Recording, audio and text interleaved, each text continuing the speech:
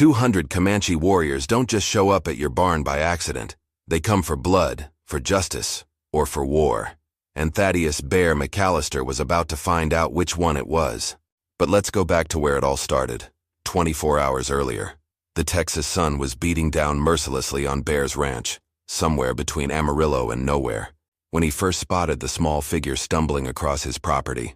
At 34, Bear had seen plenty of trouble in his years working cattle, but something about this particular morning felt different, wrong even.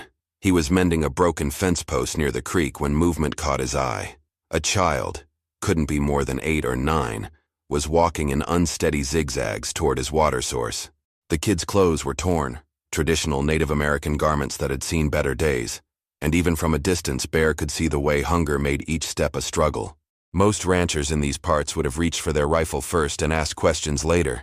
The relationship between settlers and the local Comanche tribes had been tense for years, with raids and counter-raids keeping everyone on edge. But Bear had always been different, maybe too different for his own good. He set down his tools and walked slowly toward the child, hands visible and movements deliberate. As he got closer, he could see it was a young girl, her dark eyes too large for her thin face, lips cracked from dehydration. She looked up at him with a mixture of fear and desperation that hit him like a punch to the gut. The girl spoke in rapid Comanche, words he couldn't understand, but her meaning was clear enough. She was starving, maybe hadn't eaten in days. Her small hands gestured toward her mouth, then toward the creek, a universal language of need that transcended any cultural barriers. Bear thought about his neighbors, about what they'd say if they saw him helping a Comanche child. He thought about the warnings he'd heard in town about recent tensions with the tribes. He thought about the smart thing to do, the safe thing to do. Then he looked into those desperate eyes again and made the decision that would change everything. Without a word, Bear scooped the girl up in his arms. She weighed almost nothing, and carried her toward his cabin. She didn't resist, too weak to fight even if she'd wanted to. As he walked, he could feel her tiny body trembling, whether from fear or hunger or both. He couldn't tell. Inside his modest cabin, Bear set her down gently on his only chair and moved quickly to prepare food. He had some leftover stew from the night before, still warm on the stove, and fresh bread he'd baked that morning. The smell of the food seemed to revive the girl slightly, and for the first time he saw something that might have been hope flicker in her eyes. As he ladled the stew into a bowl, Bear caught sight of something that made his blood run cold. Around the girl's neck, partially hidden by her torn clothing, was a distinctive necklace, intricate beadwork in patterns he'd seen before. His neighbor, old Pete Morrison, had described those exact patterns to him just last week. They were the ceremonial beads worn by the family of Chief White Bull, the most powerful Comanche leader in the region. Bear's hand froze halfway to handing her the bowl. If this girl was who he thought she was, he wasn't just helping a hungry child. He was harboring the daughter of the man who could bring 200 warriors down on his head without breaking a sweat. But it was too late to change course now. The girl was already reaching for the food with shaking hands, and Bear couldn't bring himself to turn her away. He handed her the bowl and watched as she ate with the desperate hunger of someone who hadn't seen food in days. What Bear didn't know was that 20 miles away, a Comanche search party had just found the girl's trail leading directly to his ranch, and Chief White Bull himself was riding at the head of that party, his face a mask of fury and grief that promised nothing but trouble for whoever had taken his daughter. The girl finished eating and looked up at Bear with something that might have been gratitude. But as the afternoon shadows began to lengthen across his property, Bear couldn't shake the feeling that he'd just made either the best decision of his life or the last one he'd ever make. The girl fell asleep in Bear's chair within an hour, exhaustion finally overtaking her small body. Bear covered her with his only blanket and tried to convince himself he'd done the right thing. But as evening approached, that conviction started to crumble. The sound of hoofbeats on the dirt road made his stomach drop. Bear peered through his window and saw his neighbor, Cletus Hartwell, riding hard toward his cabin with 2 other men Bear recognized from town, Deputy Sheriff Jake Morrison and the local preacher, Reverend Thomas. Bear stepped outside before they could dismount, hoping to keep their voices down and avoid waking the girl. But Cletus was already shouting before his horse came to a full stop. "Bear, you damned fool! What in the hell are you thinking?" Cletus's face was red with anger, and something that looked like fear. "Morrison here says he saw smoke signals coming from the hills this afternoon. The Comanche are looking for something, or someone." Deputy Morrison nodded grimly. My father sent word from town. Chief White Bull's daughter went missing 3 days ago during a hunting party. Word is she wandered off and got lost in a storm. He paused, studying Bear's face carefully. You wouldn't happen to know anything about a missing Comanche girl, would you? Bear felt his throat go dry. The smart thing would be to lie, to send them away and figure this out on his own. But these men had been his neighbors for years, and despite their flaws, they were here out of genuine concern. She's inside, Bear said quietly. Half-starved and exhausted. I couldn't just leave her to die. The silence that followed was deafening. Reverend Thomas was the first to speak, his voice barely above a whisper. Son, do you have any idea what you've done? I helped a hungry child, Bear replied. But even as he said it, he could hear how naive it sounded. Cletus started pacing back and forth, running his hands through his hair. They're going to think you took her. Hell, they probably already think that. White Bull's been known to wipe out entire settlements for less than this. Deputy Morrison was already backing toward his horse. I have to report this, Bear. It's my duty, but I'll give you a head start. Get her back to her people before they find you here. In the dark? Bear asked. She can barely walk. And how am I supposed to approach a Comanche camp without getting shot full of arrows? That's your problem now, Morrison said, mounting his horse. I'm riding to town to warn everyone else. If White Bull decides to make an example of you, he might not stop at just your ranch. As the 3 men rode away, Bear stood alone in the growing darkness, listening to the girl's quiet breathing from inside the cabin. He thought about saddling up and trying to find the Comanche camp, but he knew it was suicide. He thought about loading her into his wagon and trying to reach the nearest town, but that would only make things worse. The truth was, there was no good way out of this. Every option led to the same place, a confrontation with one of the most feared war chiefs in Texas. As if summoned by his thoughts, a new sound drifted across the plains. The distant rhythm of war drums, growing closer with each passing minute. Bear's blood turned to ice. They weren't waiting for morning. The Comanche were coming tonight. Bear rushed back into the cabin, his mind racing. The war drums were getting louder, and he could now make out individual beats in the rhythm, slow, methodical, and absolutely terrifying. This wasn't the chaotic noise of a raiding party. This was something far more organized and infinitely more dangerous. The girl stirred in the chair, awakened by the sound of the drums. Her eyes opened wide, and for the first time since he'd found her, Bear saw recognition cross her face. She understood what those drums meant better than he did. She spoke rapidly in Comanche, pointing toward the door and then at herself. Even without understanding the words, Bear could see the panic in her movements. She was trying to tell him something important, but the language barrier made communication impossible. Bear knelt down beside her chair, speaking as calmly as he could manage. I know you can't understand me. Little one, but I'm trying to help you. Those drums, that's your people coming for you, isn't it? The girl nodded vigorously, then grabbed Bear's shirt and pulled him toward the window. She pointed outside and held up both hands, opening and closing her fingers repeatedly. Bear counted along with her movements. 10, 20, 30. She kept going until she'd counted to what looked like 200. Bear's legs went weak. 200 warriors. He'd been hoping for maybe a dozen angry braves that he could somehow reason with. But 200? That was enough to level every ranch for 50 miles. The drums stopped suddenly, and the silence that followed was somehow worse than the noise had been. Bear moved to the window and peered out into the darkness. At first, he saw nothing. Then, like ghosts materializing from the night itself, he began to make out shapes moving across his property. They came in perfect formation. Warriors on horseback spread out in a wide semicircle that was slowly tightening around his cabin. Even in the moonlight, Bear could see the war paint on their faces, the feathers in their hair, the weapons in their hands. These weren't men who had come to negotiate. The girl tugged on Bear's sleeve again, this time gesturing toward herself and then toward the door. She wanted to go to them, but Bear couldn't tell if that would help or make everything worse. What if they thought he'd hurt her? What if they didn't believe she'd come to him willingly? A single voice called out from the darkness, speaking in English with a heavy accent but perfect clarity.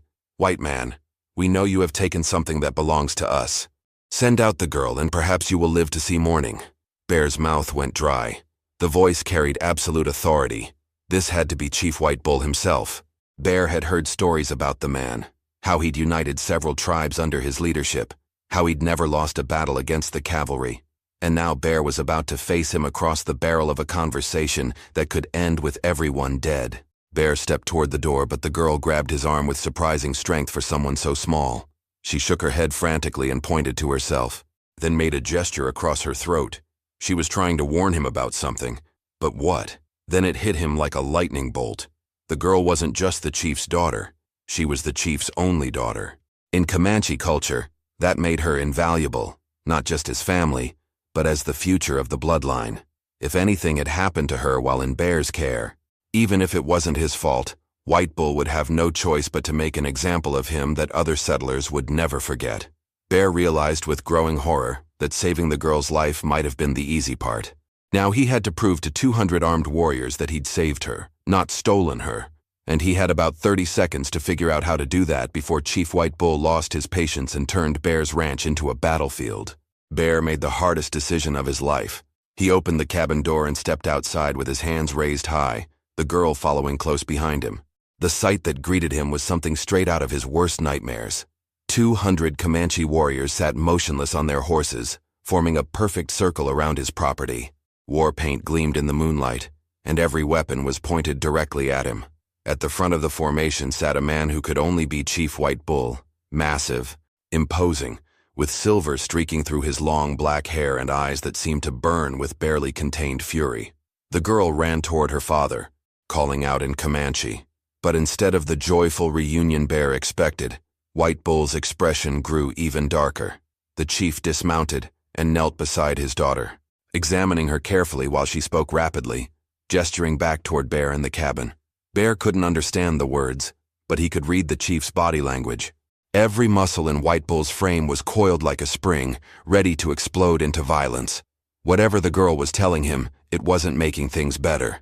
Finally, White Bull stood and walked toward Bear with slow, deliberate steps. The other warriors remained mounted but shifted their weapons, the subtle movement creating a sound like rattlesnakes preparing to strike. "My daughter tells me you fed her," White Bull said, his English precise and cold. "She tells me you gave her shelter." He stopped just outside arm's reach, close enough that Bear could see the intricate scars on the chief's chest, marks of countless battles won and enemies defeated. "Yes," Bear replied, his voice steadier than he felt. "She was starving. I couldn't let a child die." White Bull studied him for a long moment.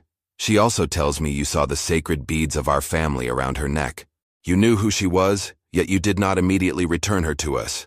Bear's heart sank. This was it, the moment everything went wrong. I was going to bring her back in the morning. She was too weak to travel at night." "Perhaps," White Bull said. "Or perhaps you thought to keep her as a prize, to trade her back to us for cattle or horses or safe passage through our lands." The accusation hung in the air like smoke from a funeral pyre. Bear could feel the weight of 200 pairs of eyes on him, warriors waiting for their chief's signal to turn this conversation into a massacre. "That's not true," Bear said. "I never wanted anything from you, I just couldn't watch a child suffer." "If you were Bear, what would you do? Throw yourself on the mercy of a war chief who'd never shown mercy to any white man? Or stand your ground and defend your actions even if it meant certain death? Tell me in the comments. I need to know which side you'd choose. Because what Bear decided next would determine whether the sun would rise on peace or on a war that would consume the entire territory. White Bull raised his hand, and every warrior drew back their bowstrings in perfect unison. The sound of 200 arrows being knocked at once was like death itself taking a breath. "You will prove your words," the chief said quietly, "or you will die where you stand." Bear's mind raced as he stared at 200 arrow points glinting in the moonlight. How do you prove goodness to a man who's seen nothing but evil from your kind? Then inspiration struck like lightning. "Your daughter was wearing this when I found her," Bear said, slowly reaching into his pocket. Every warrior tensed, but he pulled out a small piece of torn fabric, part of the girl's original clothing that had caught on his fence post. "I kept it because I thought you might want proof that I didn't harm her." White Bull examined the fabric, recognition flickering in his eyes. It was indeed from his daughter's ceremonial dress, the one she'd been wearing when she disappeared. "She came to my water source," Bear continued, his voice growing stronger. "I could have driven her away, could have shot her as a trespasser. Instead, I carried her to my home. I gave her my own food, my own blanket. I asked for nothing in return." The girl spoke up suddenly, tugging on her father's arm and pointing back toward the cabin.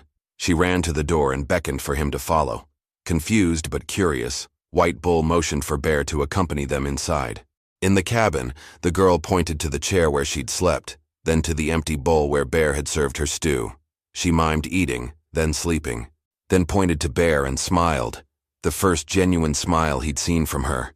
But White Bull's attention was focused on something else entirely. On the table sat Bear's most prized possession, a small tintype photograph of his own family, his wife and young son, both killed in a cholera outbreak 3 years ago. The picture was worn from handling, surrounded by dried wildflowers that Bear replaced every week.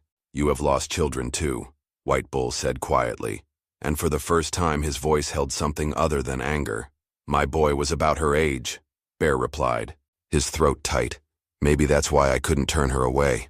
White Bull picked up the photograph, studying the faces of Bear's lost family. Outside, the warriors maintained their positions, but something in the atmosphere had shifted.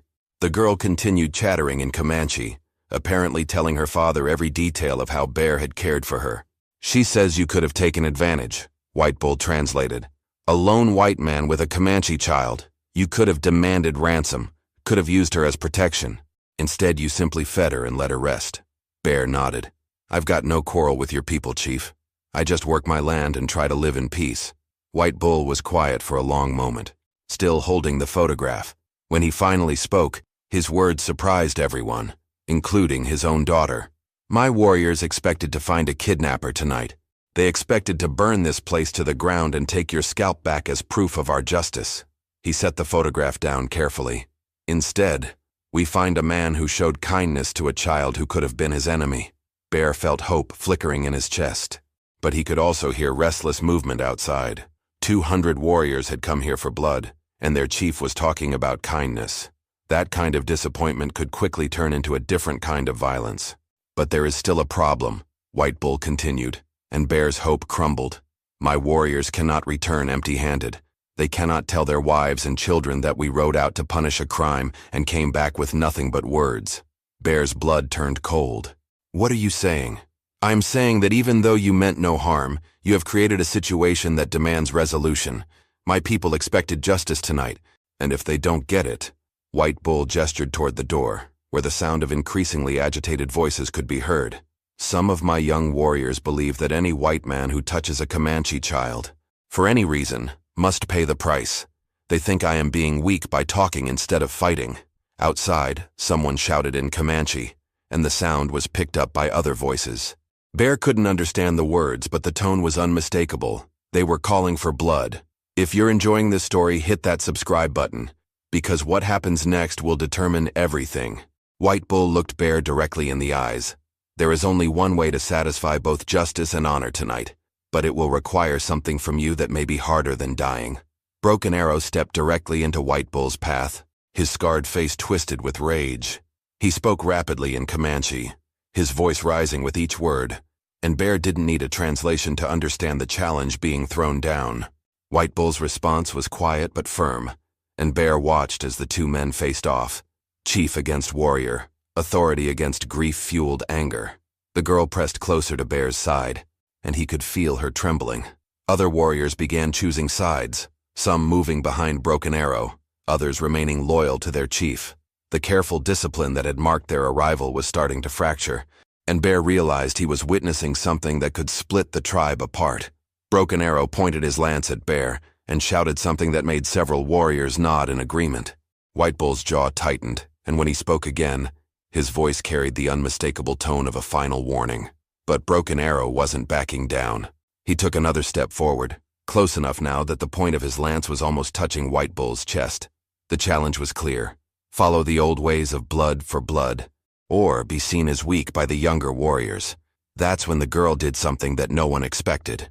She stepped between the two men and began speaking in rapid, passionate Comanche. Her young voice cut through the tension like a knife, and Bear watched as Broken Arrow's expression shifted from rage to confusion to something that might have been shame. White Bull translated quietly. "She is telling them exactly what happened, how she got lost in the storm, how she wandered for days without food or water, how she expected to die alone on the prairie until you found her." The girl continued speaking, her voice growing stronger with each word. She pointed to Bear. then to herself, then mimed eating and sleeping. She was telling the story of her rescue, and even the warriors who had been supporting Broken Arrow were listening now. She is telling them about your family photograph, White Bull continued, about how she could see the sadness in your eyes when you looked at it. She is saying that you helped her because you understood loss, not because you wanted to hurt our people. Broken Arrow lowered his lance slightly, but his face still showed doubt. He spoke again, this time directly to the girl, and Bear caught one word he recognized, wasichu, the Comanche term for white man, and not a friendly one. The girl's response was immediate and fierce. She stepped closer to Broken Arrow and spoke with such intensity that several warriors actually stepped back. Whatever she was saying, it was having an impact. She is asking him if he has children, White Bull translated, surprise evident in his voice. She is asking him what he would want a stranger to do if his child was dying of hunger in the wilderness. Broken Arrow's lance dropped to his side. The girl wasn't finished. She continued speaking, her words now directed at all the warriors around them. Bear could see the effect rippling through the crowd as hard faces began to soften. She is telling them that judging you for your kindness would make us no better than the soldiers who kill without asking questions first. She is saying that if we punish mercy, we become the monsters that the white man believes us to be. The silence that followed was deafening. 200 warriors sat motionless, processing the words of an 8-year-old girl who had just challenged their deepest beliefs about justice and revenge. Finally, Broken Arrow spoke, his voice barely above a whisper. White Bull's translation came slowly. He says that perhaps the spirit sent his brother a teacher instead of an enemy. He says that maybe wisdom sometimes comes from the smallest voices. Bear felt something shift in the air around them. The tension wasn't gone, but it had transformed into something else. Uncertainty, perhaps, or the beginning of understanding. White Bull looked at Bear with something that might have been respect. My daughter has just done something remarkable. She has turned a war party into a council meeting, but now comes the hardest part. What's that? Now you must prove to them that her faith in you was justified. Tonight, in our village, in front of the elders who have spent their entire lives hating your people. White Bull gestured toward his horse. Are you ready to bet your life on the word of a child?